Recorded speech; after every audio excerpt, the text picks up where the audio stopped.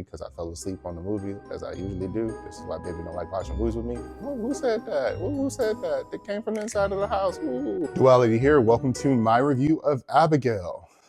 What can I say? But before we begin, last night me and my boyfriend watched Abigail for the first time together. I seen the movie. It's actually one of my favorite campy horror movies. The director from Scream 6 helped with it, and a lot of other movies like that. But before I get sidetracked, as I like to do, we're watching the movie. It opens up with Abigail doing her thing. If you haven't seen this movie, I'm not putting a spoiler warning. It's 2 years old at this point in time. I don't know. That's between you, yourself, and the person in the mirror. It's a funny movie. It's about a little girl, and she happens to be doing this lovely dance. So I say, baby, what dance is this? He goes, ballet. Now, as a classical ballet trainer, professional, you would think he would say Swan Lake or what have you. So I look at him and say, sir, I know that is ballet. It's clearly ballet. This is ballet. I asked him what the song is. He burst out laughing. Oh, Swan Lake. I say, yeah, yeah. I will tell you that Abigail happens to be one of my favorite campy horror movies. It's up there with Megan. It has the ability to be a little bit better.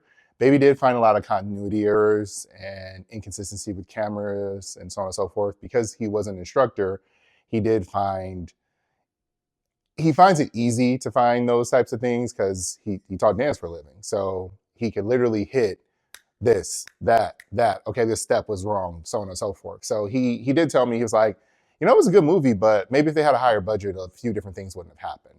So getting into the story, it opens up with a girl. Her name is Abigail. She's dancing. She's picked up in a Rolls Royce, not a Bentley, because I said it was a Bentley. It was a Rolls Royce.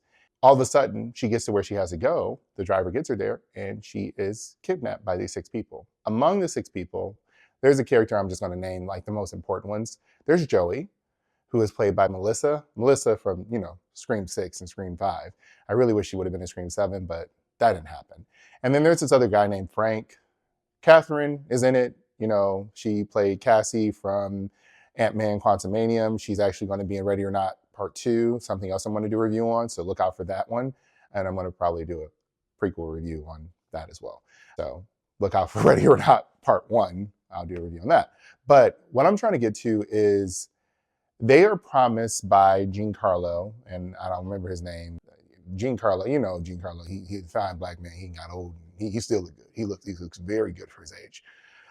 They were promised by him essentially to split $50 million if they kidnap a little girl and keep her till dawn. They should have known something was up. Well, Joey is an ex-medic, and she is literally one of the focal points of the characters, one of the focal points of the movie. She sedates the girl. And one of the 6 were trying to hurt the little girl, and Joey's like, grabs her, stops it. So when Abigail wakes up, they all decide that Joey's going to be the person talking to her, and Joey is not aware, and none of the other ones are aware, that she's a vampire. And we ain't talking like a Twilight vampire. We're talking like a True Blood vampire. She has super strength. She can fly. She can fight. She can do a lot of things. And she can also kind of, when she turns you, immediately puppeteer you. There's a scene with her and, again, I'm using her real name, not her actress name, Catherine, who, happens to do a mirrored dance type of situation, and it had me on the floor. She was acting like she wasn't infected, and she took out another person. So, Angus Cloud was in here, RIP to my man. I think this was the last movie he was able to film before, his passing. But they had a lot of funny moments in it. What I will tell you is, at the climax of the movie, a lot of things happen. Frank, who is kind of a little shifty, a little shady. I think he was an ex-cop. I apologize, but this isn't a play-by-play. It's kind of I'm pulling from my memory because I fell asleep on the movie, as I usually do. This is why baby don't like watching movies with me. Well, who said that? Who said that? It came from the inside of the house. Ooh. It, to me, is a great movie. Don't take the fact I work really hard, and I do a lot of things, and I wake up at 5 a.m. So don't take any of that to heart. But it's a great movie because it has a lot of character depth, if you ask me. And again, I'm Duality. He's Love. He doesn't know that. That's his nickname. He doesn't know that. I don't call him that yet, but he didn't agree that the characters actually had a centralized plot point. I can tell you that Joey, to me, actually did. Joey's perspective was that of her son. She wanted to get to her son. That was her motivation. She had actually gotten addicted to drugs, can't remember which drug it was, and that's why she lost her son. So she was fighting to get her son back. Everybody else was just kind of money hungry. Blood. If you want to unalive me, Abigail says, you're going to have to drain me. You're going to have to drain me of my blood. So essentially, that's what he attempts to do, but he leaves her a little bit of life force unaware to him because he's a new vampire. He was just turned. She's 300 years old. Oh, I have to mention who her dad is at the end, which is kind of funny. So this fight ensues for a good, it feels like forever, but maybe it's like 5 to 6 minutes where Frank is throwing Abigail around and she's kind of losing and she gets knocked out.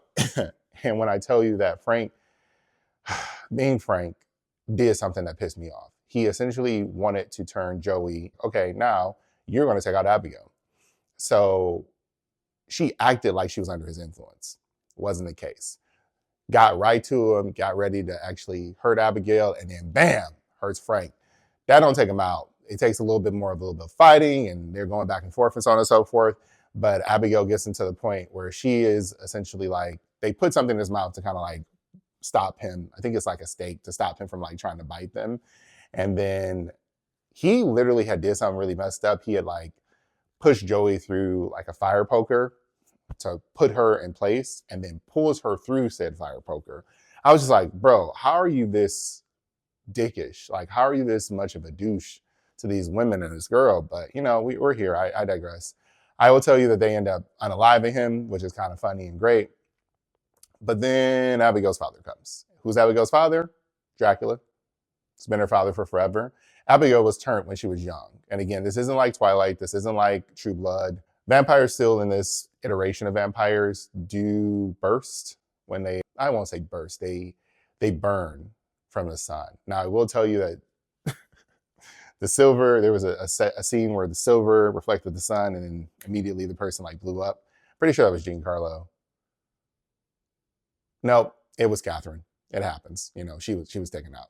So the craziest part of it is Dracula's there and he's like, oh, I see that you got dinner for me.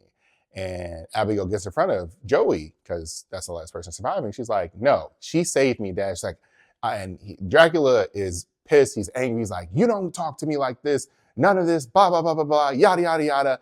Get away from me. And she's standing her ground like, no, she saved me. You have to spare her. So Dracula, believe it or not, actually spares her and is like, you need to go. And that's kind of the end of the movie.